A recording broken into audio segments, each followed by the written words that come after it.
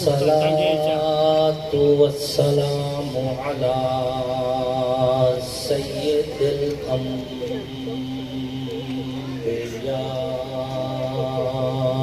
والمرسلين سبحان اللہ وعلى آله وأصحابه أجمعين سبحان اللہ أما بعد فأعوذ بالله من الشيطان الرجيم بسم الله الرحمن الرحيم سبحان اللہ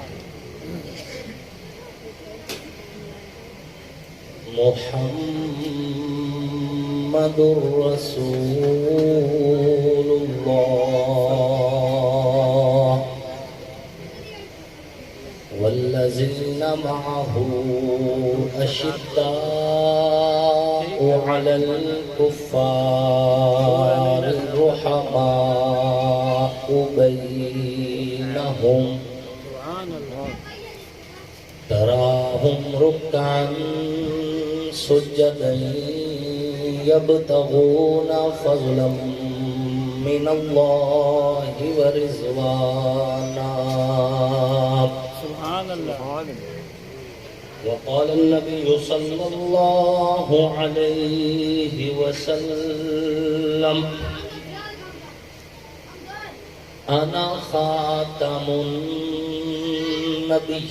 النبيين لا نبي بعدي صدق الله وصدق رسوله النبي الكريم ونحن على ذلك لمن الشاهدين والشاكرين والحمد لله رب العالمين سبحان اللہ حضور آئے تو سر آفرینش پا گئی دنیا سبحان اللہ اندھیروں سے نکل کے روشنی میں آ گئی دنیا سبحان اللہ بجھے چہروں سے زنگ اترا ستے چہروں پہ نور آیا سبحان اللہ حضور آئے تو انسانوں کو جینے کا شعور آیا سبحان اللہ واجب سر تقریم محسنین ملت علماء کرام لائے کے سب تقریم قرہ نظام نہایت ہی سعادت مند ثناخان رسول عربی صلی اللہ علیہ وآلہ وسلم اللہ اور اس کے آخری پیغمبر حضرت محمد مصطفیٰ علیہ الصلوۃ والتسلیم کی نبوت ختم نبوت پر ایمان رکھنے والے توحید و سنت کے علم برداروں صحابہ کے غلاموں اہل بیت کے حقداروں آپ سب لوگ اور ہم اللہ کے فضل و کرم سے جامع مسجد فاروقیہ میں اکٹھے ہیں اور آج کی اس دینی تبلیغی اصلاحی نورانی روحانی محفل کو شہدائے اسلام کے عنوان سے معلومہ کرام کی ایک کثیر تعداد جو ہے وہ موجود ہے اور خصوصاً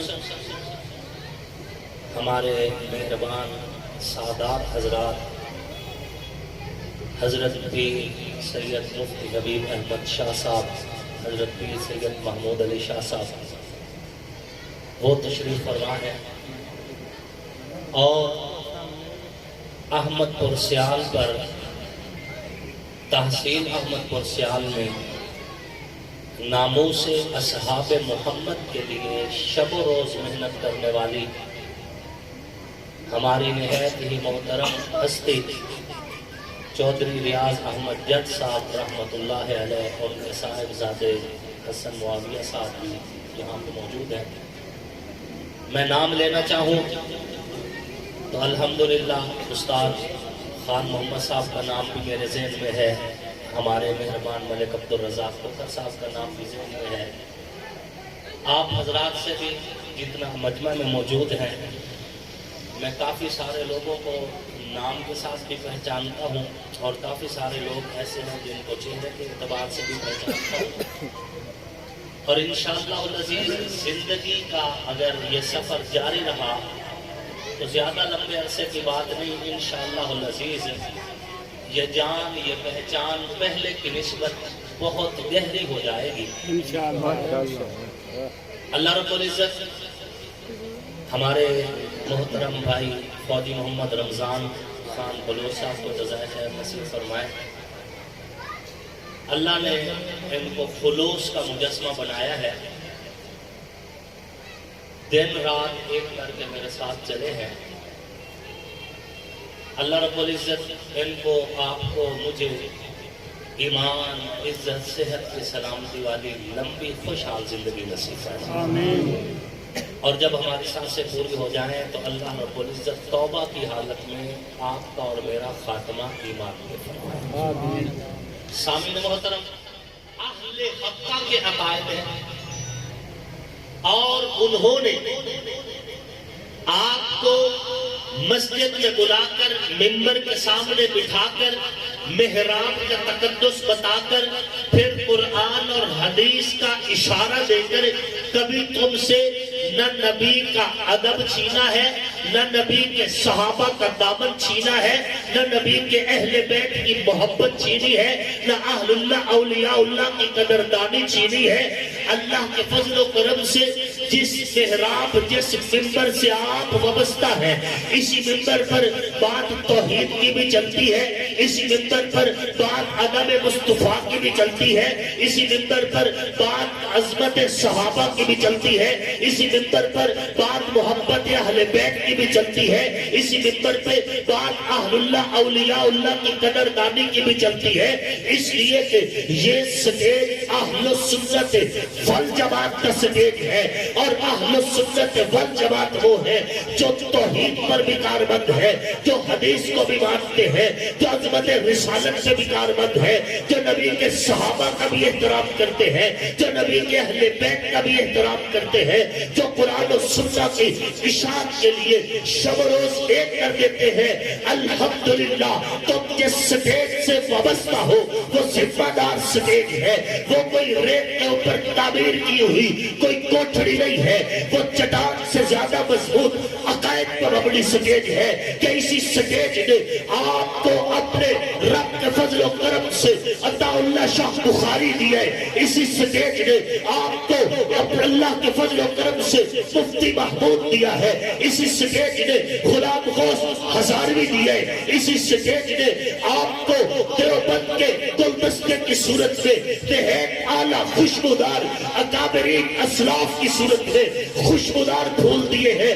اور یہی سٹیج ہے جس سٹیج نے آپ کو حق نواز چھتری کی صورت میں جرت کی داستان غیرت کا پہاڑ دیے, یہی سٹیج ہے جس نے تمہیں اسحار القاسمی کی صورت میں ایک شعلہ غیرت کا جوانی کا پہاڑ دیے, یہی سٹیج ہے جس نے تمہیں مختار سیال کی صورت میں اخلاص للہیت والا جسم پیکر دیا ہے, یہی سٹیج ہے جس نے تمہیں علامہ علی شیخ حیدری کی صورت میں وارث علوم لکھنوی دیا ہے, یہی سٹیج ہے جس نے تمہیں جبل استقامت محمد اعظم طارق کی صورت میں غیرت کا پہاڑ دیا ہے, یہی سٹیج ہے, یہی ممبر ہے, یہی محراب ہے جس نے تمہیں ایسے لوگ دیے ہیں جو کٹ بھی گئے ہیں, مر بھی گئے ہیں, قید و بند میں بھی گئے ہیں, جیلوں میں بھی گئے ہیں, لیکن ہتھکڑیاں چوک کے کہہ رہے تھے کہ حق بات ہم کہہ جائیں گے, اور تختے دار پہ جھول کے کہہ رہے تھے کہ حق بات ہم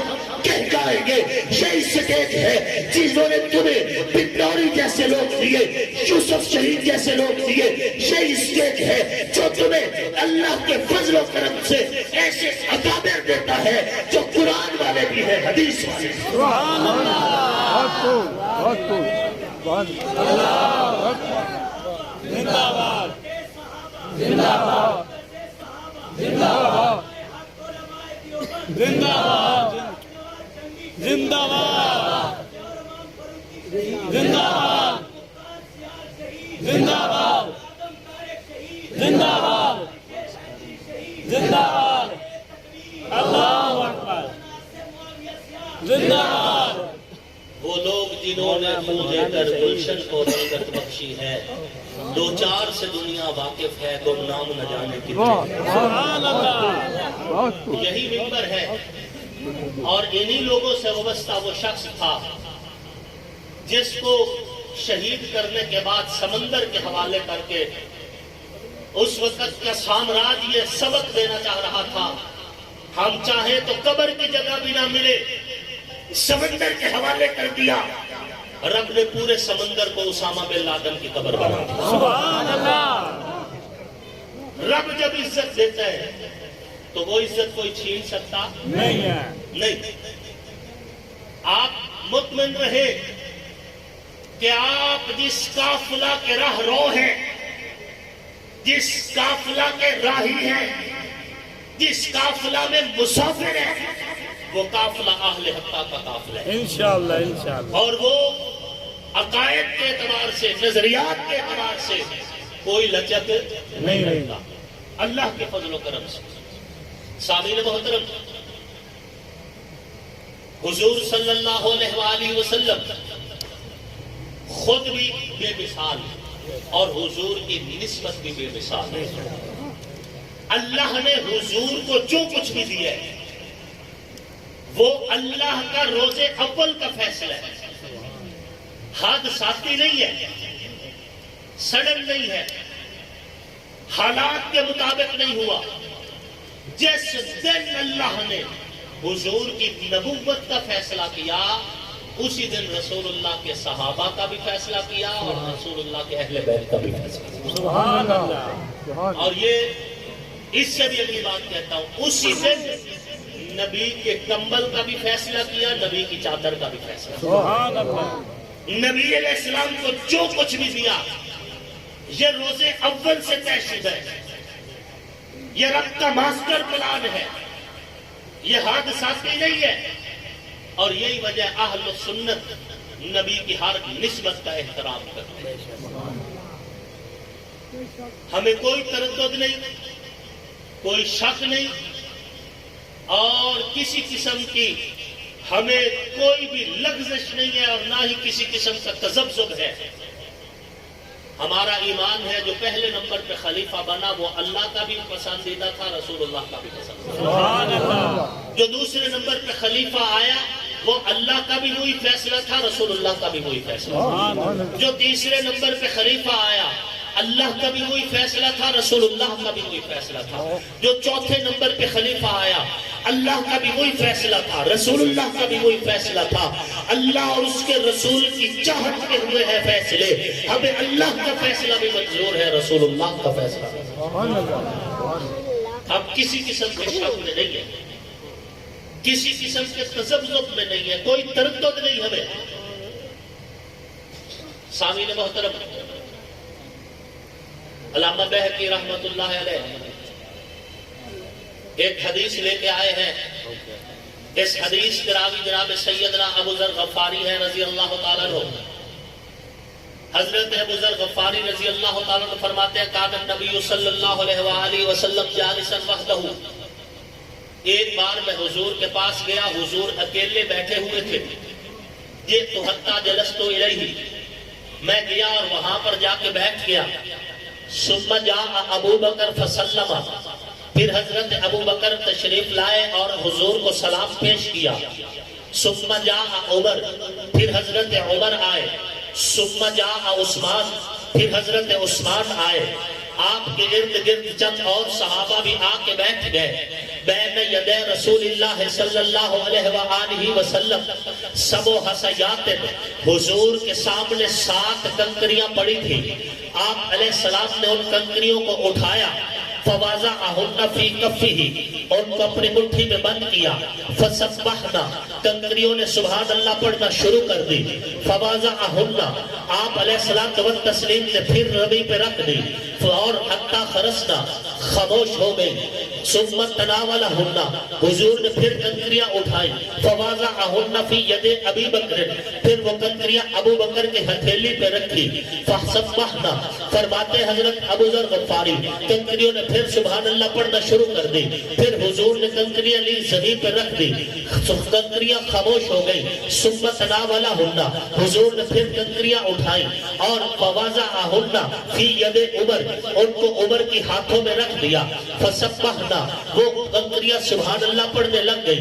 حضرت ابو ذر غفاری فرماتے ہیں جیسے شہد کی مکھیوں کی بھنبھناہٹ ہوتی ہے، یوں کنکریوں کی زبان سے سبحان اللہ کی آواز آ رہی تھی، حضور نے کنکریاں پھیر لی، زمین پہ رکھ دی گئی، وہ پھر خاموش ہو گئی، ثم تناولہن، حضور نے کنکریاں پھر اٹھائی، فوازعہن فی ید عثمان، وہ کنکریاں عثمان کی ہتھیلی پہ رکھی، فسبحنا، کنکریوں نے پھر سبحان اللہ پڑھنا شروع کر دی، پاک پیغمبر نے کنکریاں پھر اٹھا کے زمین پہ رکھی، فخرسنا، کنکریاں خاموش ہو گئی، میرے پاک پیغمبر نے فرمایا حاضی خلافت النبوت، کہ دنیا والوں یاد رکھو یہ نبوت کی خلافت کی نشانی ہے کہ جو کنکری محمد کی ہتھیلی پہ کلمہ پڑھتی ہے، وہی کنکری ابو بکر کی ہتھیلی پہ کلمہ پڑھتی ہے، وہی کنکری عمر کی ہتھیلی پہ کلمہ پڑھتی ہے، وہی کنکری عثمان کی ہتھیلی پہ کلمہ پڑھتی ہے۔ سبحان اللہ، سبحان اللہ۔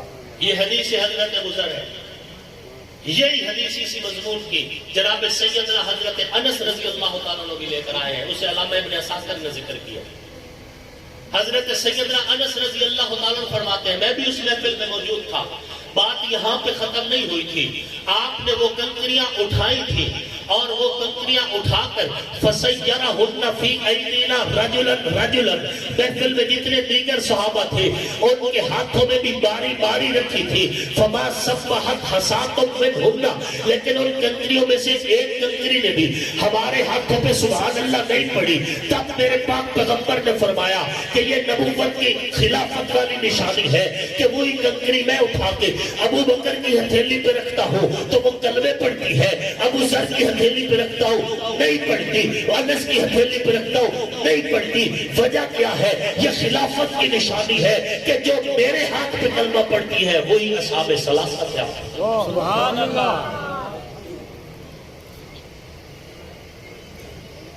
صحابہ کرام فرماتے ہیں ایک دن ہم صبح فجر کی نماز کے بعد بیٹھے تھے، فجر کی نماز کے بعد ابھی دن کا اجالا پھیلنا شروع ہو رہا تھا، حضور علیہ السلام نے فرمایا رات ایک اللہ کے بندے کو خواب آئے، ابو بکر نے محمد علیہ السلام کا دامن پکڑا ہوا ہے، عمر نے ابو بکر کا دامن پکڑا ہوا ہے، اور عثمان نے عمر کا دامن پکڑا ہوا ہے۔ صحابہ فرماتے جب محفل ختم ہوئی اور ہم گھر جا رہے تھے ہم آپس میں تبصرہ کر رہے تھے کہ وہ اللہ کا نیک بندہ حضور خود ہے جن کو یہ خواب آیا ہے، اور حضرت ابو بکر نے حضور کا دامن پکڑا ہے، عمر نے ابو بکر کا دامن پکڑا ہوا ہے، اور عثمان نے عمر کا دامن پکڑا ہوا ہے۔ اس سے اسلامی خلافت مراد ہے کہ حضور کے بعد یہ کے بعد دیگرے یہ لوگ اسلامی مملکت کے والی اور خلیفہ بنے۔ یہ حادثاتی نہیں ہوا، اچانک نہیں ہوا۔ مولا کائنات امیر المؤمنین حضرت مولا علی کرم اللہ وجہہ اس حدیث کے راوی ہیں، فرماتے ہیں حضرت مولا علی کرم اللہ وجہہ کہ میں حضور کی محفل میں موجود تھا اور حضور اپنا واقعہ معراج بتا رہے تھے۔ آپ علیہ السلام نے واقعہ معراج سناتے ہوئے فرمایا کہ جب میں اللہ کے عرش پر پہنچا تو میرے سامنے نور کی ایک تحریر کی گئی، وہ نور کی تحریر جب میرے سامنے کی گئی تو حضور فرماتے اس پر لکھا ہوا تھا لا الہ الا اللہ محمد الرسول اللہ، ابو بکر الصدیق، عمر الفاروق، عثمان ذو النورین، حضرت علی اس حدیث کے راوی ہے، فرماتے عرش اللہ پر بھی اصحاب ثلاثہ کے نام لکھے ہوئے۔ سبحان اللہ۔ حضرت علی روایت کر رہے ہیں، سبحان اللہ۔ اپنا نام نہیں لیا انہوں نے، کیوں نہیں لیا؟ اس حکمت کو جناب حضرت علی رضی اللہ تعالیٰ عنہ خود جانے کیوں نہیں لیا۔ لیکن ایک دوسری روایت میں جناب سیدنا انس رضی اللہ تعالیٰ عنہ فرماتے ہیں جسے شاہ ولی اللہ محدث دہلوی رحمۃ اللہ علیہ اپنی کتاب ازالت الخفا کے اندر لے کر آئے ہیں. فرماتے ہیں جناب سیدنا انس رضی اللہ تعالیٰ عنہ کہ جس بات کی طرف حضرت علی اشارہ فرما رہے ہیں، میں بھی اس محفل میں موجود تھا جب حضور اپنا واقعہ معراج سنا رہے تھے. حضور علیہ السلام نے فرمایا کہ اللہ کے عرش کے پائے کے اوپر میں نے یہ تحریر بھی لکھی ہوئی پڑی تھی کہ لا الہ الا اللہ محمد الرسول اللہ وَأَيَّدْتُهُ بِعَلِيٍّ. سبحان اللہ. کاش آپ عربی سمجھتے وَأَيَّدْتُهُ اس کا معنی سمجھتے. اَيَّدَ يُؤَيِّدُ تَعِيدًا، یہ ہے نا بابا. اَيَّدَ يُؤَيِّدُ تَعِيدًا اللہ کے عرش کے ستون پہ لکھا ہوا ہے کہ محمد اللہ کے رسول ہیں اور ہم نے محمد کی تائید کی ہے علی کے ساتھ. سبحان اللہ. سبحان اللہ. شاہ ولی اللہ محدث دہلوی لے کر آئے ہیں. روافظ کے حوالے سے نہیں بتا رہا، ازالت الخفا کی روایت بتا رہا ہوں. اللہ کے عرش پر ان چاروں کے نام ہیں. اللہ کے عرش پر بھی چاروں کے نام، تمہاری مساجد کے محرابوں پر بھی چاروں کے نام، تقریر تحریر میں بھی چاروں کے نام، خطاب خلافت میں بھی چاروں کے نام. نبی کے چاروں یار عزت والے ہیں اور اللہ کے ساتھ بھی اسی کا تعلق ہوگا جو چاروں کو مانتا ہے. رسول اللہ کے ساتھ بھی اسی کا تعلق ہوگا جو چاروں کو مانتا ہے. یہ آج کی بات نہیں. مولانا محمد نافع محمدی رحمت اللہ علیہ رحماء بینہم کے اندر یہ روایت لے کر آئے ہیں. فرماتے ہیں کہ حضرت سیدنا موسیٰ کلیم علیہ السلام نے اللہ سے دعا کی کہ اے میرے رب ابو بکر اور عمر کو میرا صحابی بنا. اللہ پاک نے فرمایا اے میرے کلیم میں نے ابو بکر اور عمر کو محمد کا حصہ رکھا ہوا ہے، میں کسی اور کو نہیں دوں گا. سبحان اللہ. روز اول کے فیصلے پہلے دن کے فیصلے ہیں. جناب سیدہ کائنات سیدہ عائشہ صدیقہ سلام اللہ علیہا فرماتی ہے جب رسول اللہ نے مسجد میں مدینہ میں مسجد کی بنیاد رکھی، سب سے پہلا پتھر حضور نے خود رکھا بنیاد میں، سنگ بنیاد. اور پھر دوسرا پتھر حضرت ابو بکر صدیق کو فرمایا لیزا ابو بکر حجر لا جنب حجری، ابو بکر کو چاہیے کہ وہ اپنا پتھر میرے پتھر کے ساتھ رکھے. پھر فرمایا لیزا عمر حجر لا جنب حجر ابی بکر صدیق، عمر کو چاہیے کہ اپنا پتھر ابو بکر کے پتھر کے ساتھ رکھے. پھر فرمایا لیزا عثمان حجر لا جنب حجر عمر ابن الخطاب، عثمان کو چاہیے کہ اپنا پتھر عمر کے پتھر کے ساتھ رکھے. جب اس ترتیب کے ساتھ پتھر رکھ دیے گئے مسجد نبوی کی بنیاد میں، فرمایا ہؤلاء الخلفاء من بعدی، میرے بعد خلافت کی یہ ترتیب ہے. تو یہ ترتیب زمینی نہیں ہے، آسمانی ہے. زمینی نہیں ہے، آسمانی ہے. ہم اللہ کا کرم ہے، ہم نبی کی ہر نسبت کا احترام کرتے ہیں. الحمدللہ. اونچا کہو، درج کے، شوق سے، محبت سے، عقیدت سے. اللہ کا کرم ہے، ہم نبی کے گھرانے کے بھی غلام ہیں، ہم نبی کے گھرانے کے بھی غلام ہیں. ہم نے اپنے اکابر سے سیکھا یہی ہے کہ نبی کا بھی ادب کرنا ہے، نبی کی نسبت کا بھی ادب کرنا ہے، احترام کرنا ہے. اور ہمارا یہ عقیدہ ہے کہ اہل بیت کو جو عزت دی گئی ہے وہ ازلی ہے اور ابدی ہے. بات کو غور کریں، وہ ازلی بھی ہے اور ابدی بھی ہے. وہ عزت ان سے کوئی چھین نہیں سکتا. اور اسی وجہ سے اس فقیر کا نظریہ ہے، ہر تقریر میں ہر جگہ پہ بیان کرتا آ رہا ہوں کہ کچھ بھی ہو جائے اللہ اس خاندان کے پردہ داروں کے پردے نہیں اترنے دے گا. اللہ اس خاندان کے پردہ داروں کے پردے نہیں اترنے دے گا. ان کے سروں پر جو چادر آئی ہے یہ چادر تطہیر کی چادر یہ اسی طرح محفوظ ہے جس طرح اللہ کا قرآن محفوظ ہے. سبحان اللہ. اور حضرت شاہ جی میرے جملے پہ غور کیجیے گا. ہمارا بھی تعلق سادات کے ساتھ ہے. سبحان اللہ. ماننے والے ہیں ہم سادات کو. سید صادق شہید رحمت اللہ علیہ، سید عطا اللہ شاہ بخاری رحمت اللہ علیہ، اور اسی طرح ہمارے دیگر جتنے بزرگ سید مبارک علی شاہ صاحب بغدادی، یہ چند نام ابھی میرے ذہن میں جو آ رہے ہیں. ہماری یہ سادات ہماری آنکھوں کے سامنے ہمارا تعلق ہے الحمدللہ. میرے جملے پہ غور کرنا. شاید میرا جملہ کسی کے ذہن کے دریچے پہ دستک دے دے. رب نے ہر اس سید کی بیٹی کے سر سے چادر اتار دی ہے. یہ سید کا یہ عقیدہ ہے کہ زینب کے سر سے چادر نہیں تھی. جس سید کا یہ عقیدہ ہے کہ زہرا جائی کے چہرے سے نقاب اتر گیا، چادر اتر گئی، اور اس نے بال بکھیر کے حسین صاحب کے جسم سے جا کے چمٹی، اور شمر جیسا لانتی اس کا چہرہ دیکھتا رہا، ابن زیاد جیسا لانتی اس کا چہرہ دیکھتا رہا، یزیدیوں جیسے پلید اس کا چہرہ دیکھتے رہے. ہر اس مبلغ کی بیٹی کے سر سے رب نے چادر کھینچ لی ہے جس نے زینب کے سر سے چادر اتارنے کی بات کی.